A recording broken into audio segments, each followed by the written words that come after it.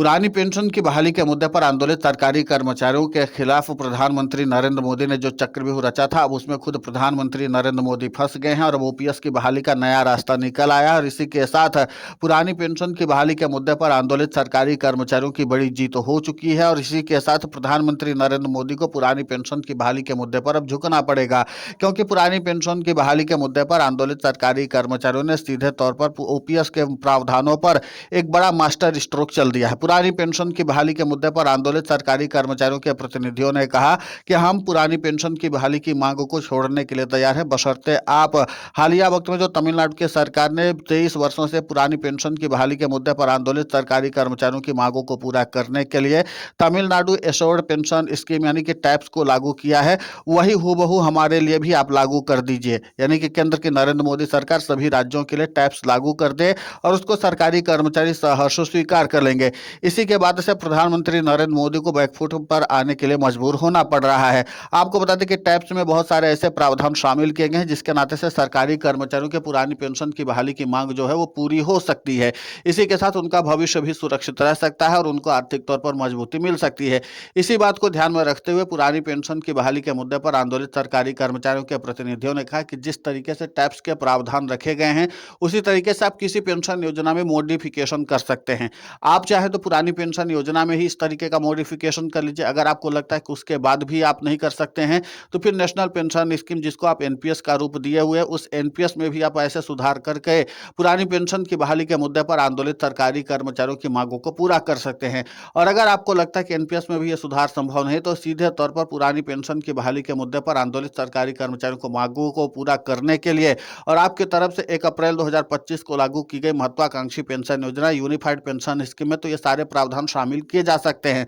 और इसी मांग को तो लेकर के पुरानी पेंशन की बहाली के मुद्दे पर आंदोलित सरकारी कर्मचारियों और उनके प्रतिनिधियों ने साफ तौर पर पत्र लिखा था कि आप इन सभी मांगों को शामिल कर दीजिए, तो जाहिर सी बात है कि पुरानी पेंशन की बहाली का आंदोलन अपने आप खत्म हो जाएगा। इसी के नाते से पुरानी पेंशन की बहाली के मुद्दे पर आंदोलित सरकारी कर्मचारियों और उनके प्रतिनिधियों ने कहा कि जब एक राज्य की सरकार इतना भारी भरकम आर्थिक बोझ उठा करके सरकारी कर्मचारियों के भविष्य की सुरक्षा कर सकती है, उनकी चिंता कर सकती है, तो आप केंद्र शासित सरकारें हैं, यानी आपके पास केंद्र की पावर है, बहुत सारा पैसा सरकारी कर्मचारियों का ही इकट्ठा है, आपको कोई अतिरिक्त भी बजट नहीं लाना पड़ेगा। सरकारी कर्मचारियों की तरफ से हजारों करोड़ रुपए प्रति महीना दिया जाता है। उसके बावजूद भी अगर आप चाहते हैं कि पुरानी पेंशन की बहाली में कोई दिक्कत आ रही है आर्थिक तौर पर, तो सरकारी कर्मचारी भी सहयोग कर सकते हैं और जैसे पहले करते आए थे तो ठीक उसी तर्ज पर आप भी टैक्स के प्रावधान जो है वो एनपीएस, यूपीएस या फिर ओपीएस किसी में भी शामिल करके हमारी पुरानी पेंशन की बहाली के मुद्दे को शांत कर सकते हैं, यानी कि इस पर विराम लगा सकते हैं। हाँ, इसके लिए अगर आपको लगता है तो आप अपने आला दर्जे के अधिकारियों के साथ पुरानी पेंशन की बहाली के मुद्दे पर आंदोलित सरकारी कर्मचारियों और उनके प्रतिनिधियों से मुलाकात करके संवाद करके इसका समाधान निकाल सकते हैं।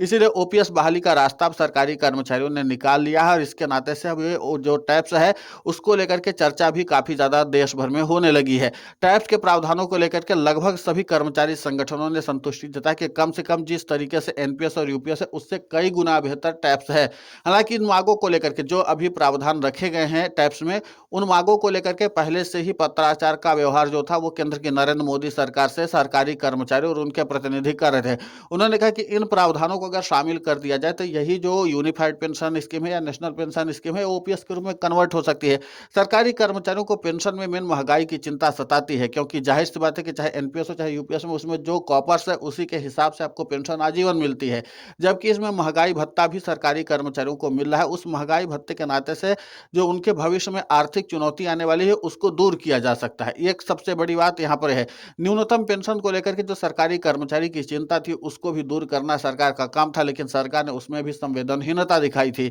और इसीलिए न्यूनतम पेंशन को लेकर के जो सर्विस पूरी नहीं कर पा रहे थे सरकारी कर्मचारी, उनकी अपनी चिंता थी, जिसके नाते से यूनिफाइड पेंशन स्कीम का भीषण विरोध हुआ था। इसी के अलावा अगर और बात कर लेते हैं तो सरकारी कर्मचारियों की जो सबसे बड़ी चिंता थी वो ये थी कि वीआरएस के दिन से अगर सरकारी कर्मचारी जब से वीआरएस ले लेता तो उसको फिर अपने 60 साल होने का इंतजार करना पड़ेगा, उसके पहले सरकारी कर्मचारियों को पेंशन का लाभ नहीं मिल पाएगा। जबकि ऐसे में सरकारी कर्मचारियों को जो पेंशन मिलनी चाहिए थी वो तुरंत जब वो रिटायर हो, यानी कि जब से वीआरएस थे तभी से उसको पेंशन का लाभ मिले। एक और अहम बात जो सरकारी कर्मचारियों की न्यूनतम रिटायरमेंट की उम्मीद जताई गई थी अच्छी पेंशन के लिए वो ये थी कि 25 वर्ष होनी चाहिए। सरकारी कर्मचारी चाहते हैं कि 20 वर्ष काफी ज्यादा होती है और जिस तरीके से आज के समय में कर्मचारियों को स्वास्थ्य की चुनौतियों का भी सामना करना पड़ा। ऐसे में 20 वर्ष काफ़ी ज़्यादा होना चाहिए। इसके आगे की जो सेवा अवधि है उसको फिर सरकारी कर्मचारी के स्वेच्छा पर छोड़ देनी चाहिए। अब इन तमाम प्रावधानों को अगर केंद्र की नरेंद्र मोदी सरकार टैक्स से लेकर के इसमें शामिल कर लेती है तो फिर जाहिर सी बात है कि लगभग लगभग पुरानी पेंशन की बहाली के मुद्दे पर आंदोलित सरकारी कर्मचारियों की सभी मांगों को पूरा कर दिया जाएगा। अब देखना महत्वपूर्ण होगा कि जिस तरीके से केंद्र की नरेंद्र मोदी सरकार भी इस पूरे मामले पर एक्टिव हो चुकी है, प्रधानमंत्री नरेंद्र मोदी खुद चाहते हैं कि इस पूरे मामले पर जो टैक्स का गजट है उसको पढ़ लिया जाए। उसके लिए उन्होंने रिपोर्ट तलब किया है और इसी के साथ पीएफआरडी के चीफ के साथ और इसी के साथ अन्य जो आला दर्जे के अधिकारी जैसे कैबिनेट सचिव टीबी सोमनाथन है, वित्त विभाग के जो सचिव है उनको, और इसी के साथ पेंशन विभाग के सचिव जो है वी श्रीनिवास, उनको भी इस बैठक में शामिल किया जाएगा और इसके बाद इस पर मंत्रणा की जाएगी कि क्या वाकई में टैक्स के प्रावधान को केंद्र की मोदी सरकार यानी कि नरेंद्र मोदी सरकार जो है वो सीधे तौर पर ओपीएस के रूप में ला सकती है क्या, इसमें कितना आर्थिक बोझ पड़ेगा। हालांकि आर्थिक बोझ की अगर बात की जा रही है तो तमिलनाडु सरकार के ऊपर भी है। हर साल 11,000 करोड़ रुपए का जो खर्च है वो अतिरिक्त आएगा राज्य की तमिलनाडु सरकार के ऊपर, और इसी के साथ इस बात की भी चुनौती होगी कि उसको कैसे मेंटेन रखना है। तो एक तरह से सरकारी कर्मचारियों के भविष्य की चिंता करते हुए राज्य के मुख्यमंत्री एम.के. स्टालिन ने साफ तौर पर इस बात का भरोसा जताया सरकारी कर्मचारियों को कि व्यापक तौर पर इस मामले पर वो संवेदनशील हैं।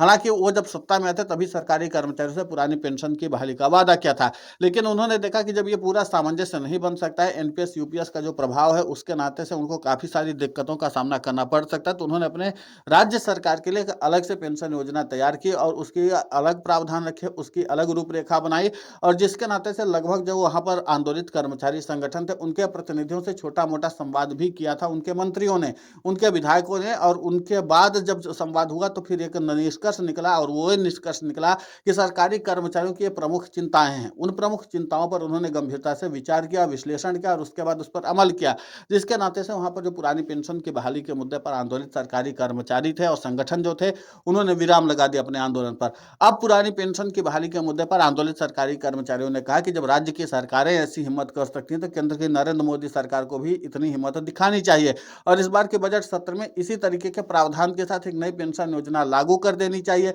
और ये जो गजट है उसको भी आगे केंद्र की नरेंद्र मोदी सरकार अपने सहूलियत के हिसाब से शामिल कर सकती है, क्योंकि एक बना बनाया गजट है, उसमें सिर्फ ये फैसला करना कि कौन कौन से प्रावधान शामिल करने हैं। सरकारी कर्मचारियों ने कहा कि प्रमुख 4 प्रावधानों को अगर केंद्र की नरेंद्र मोदी सरकार अपने अमल में ले लेती है तो जाहिर सी बात है कि सरकारी कर्मचारियों की बहुत सारी मांगों को पूरा किया जा सकता है। फिलहाल इस पूरे घटनाक्रम को लेकर के आपकी प्रतिक्रिया बहुत महत्वपूर्ण होती है, आप हमें कमेंट करके जरूर बताएं। साथ ही पुरानी पेंशन की बहाली के मुद्दे पर हम लगातार आंदोलित होकर के खबरें चला रहे हैं। आप हमारे समर्थन के लिए चैनल को सब्सक्राइब करें, खबर को ज़्यादा से ज़्यादा शेयर करें ताकि पुरानी पेंशन की बहाली का मुद्दा और बुलंद हो।